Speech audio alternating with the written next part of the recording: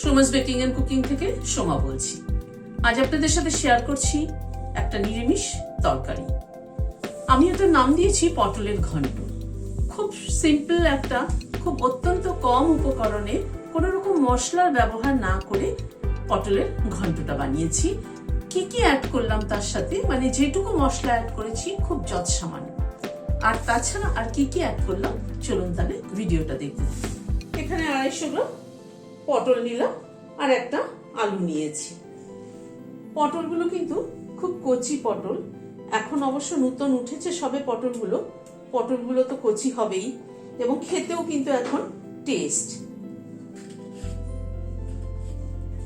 পটলটাকে হালকা হালকা করে ছাড়িয়ে নিচ্ছি।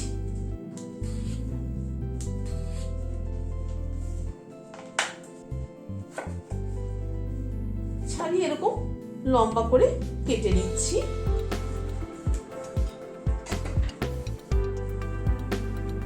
সব পটলগুলোকে এইভাবে কেটে নিচ্ছি।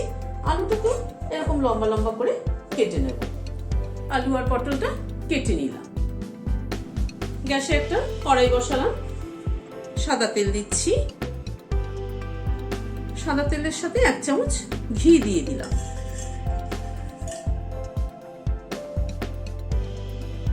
চাইলে কিন্তু এই রান্নাটা পুরো ঘিতেও কিন্তু করা যেতে পারে।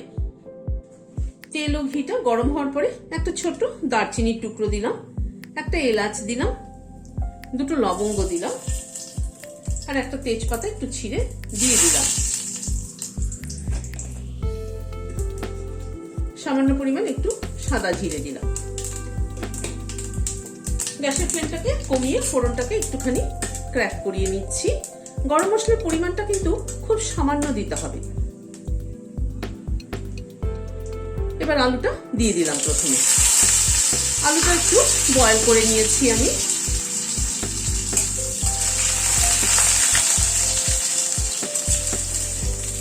আলুটাকে আগে একটু নাড়াচাড়া করে নিচ্ছি।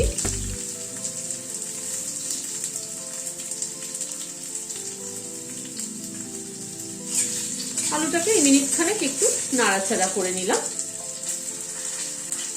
এবার পটলটা দিয়ে দিচ্ছি।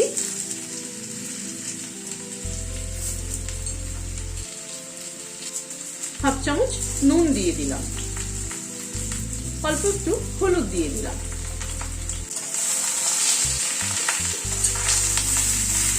এই সমস্ত নিরামিষ তরকারিতে কিন্তু খুব একটা বেশি হলুদ কিন্তু ভালো লাগে না। হলুদের পরিমাণটা একটু কম হলেই ভালো হয়।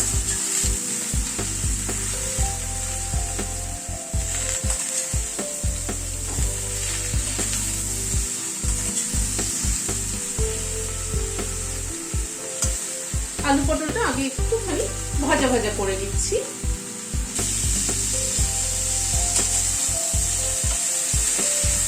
আলু পটলটাকে এই মিনিট 2 মতো একটুখানি নাড়াচাড়া করে নিলাম।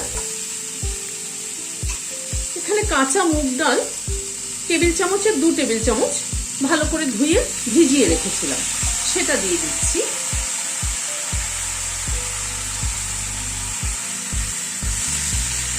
মুগ ডালটাও এই আলু পটলের সাথে মিশিয়ে নিচ্ছি।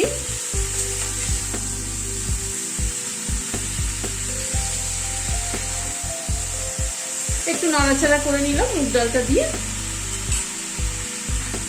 এবার ঢেকে দিচ্ছি। মুগ ডালটা একটুখানি সেদ্ধ হবে। সেদ্ধ হবে কিরকম সেদ্ধ হবে? মুগ ডালটা খুব বেশি কিন্তু সেদ্ধ হবে না, জাস্ট একটুখানি মানে সুসেদ্ধ যাকে বলে সেরকম সেদ্ধ হবে। গ্যাসের ফ্লেমটাকে মিডিয়ামে রেখে ঢেকে দিলাম। আলু পটলের সাথে মুগ ডালটাও একটু সেদ্ধ হোক। প্রায় মিনিট 5 মতো ঢাকা ছিল, ঢাকাটা খুলছি।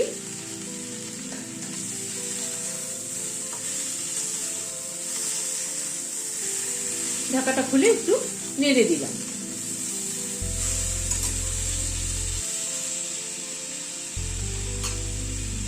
সামান্য একটু জল দিয়ে দিচ্ছি যাতে ডালটা একটু সেদ্ধ হয়ে যায়। জলের পরিমাণটা কিন্তু খুব সামান্য। আর অল্প একটু দিচ্ছি, আবার একটু ঢেকে দিচ্ছি।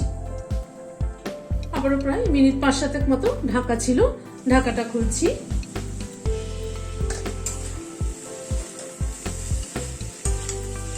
জলটা কিন্তু পুরোটাই শুকিয়ে গেছে এবং ডালটাও সেদ্ধ হয়ে এসছে। একবার একটু চেক করে নিচ্ছি। ডালটা কিন্তু এই যে চাপ দিলে ভেঙে যাচ্ছে। এর থেকে বেশি সেদ্ধ হলে এই রেসিপিতে কিন্তু ভালো লাগে না। গোটা গোটা থাকবে অথচ কিন্তু সেদ্ধ হবে। এখানে দুটো কাঁচা লঙ্কা কুচি করে নিয়েছি, দিয়ে দিলাম। 1 চামচ মতো আদা কুচি দিয়ে দিলাম,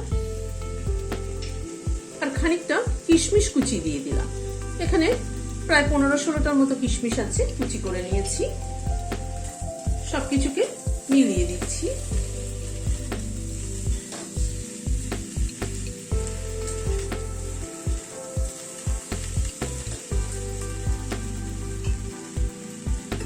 হাফ চামচেরও কম রোস্টেড জিরের গুঁড়ো দিলাম, চিনি দিলাম হাফ চামচ। সব দিয়ে আবার একটু মিলিয়ে দিচ্ছি। গ্যাসের ফ্লেমটাকে কম করে এইভাবে আর একটু সময় ধরে এটাকে একটু নাড়াচাড়া করে নেব।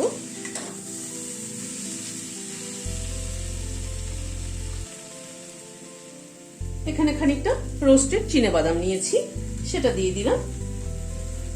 দিয়ে এটাকে একটু ক্রাশ করে নিচ্ছি।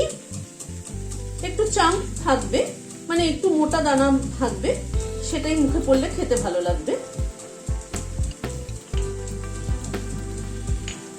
এরকম করে ক্রাশ করে নিলাম। আবারও প্রায় 2-3 মিনিট একটুখানি নাড়াচাড়া করে নিলাম।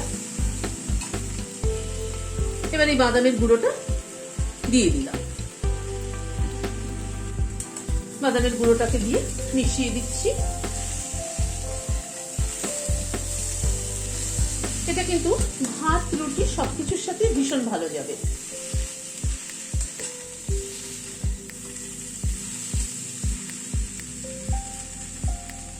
এবার গ্যাসের ফ্লেমটাকে বন্ধ করে দিয়ে সার্ভ করে দিচ্ছি।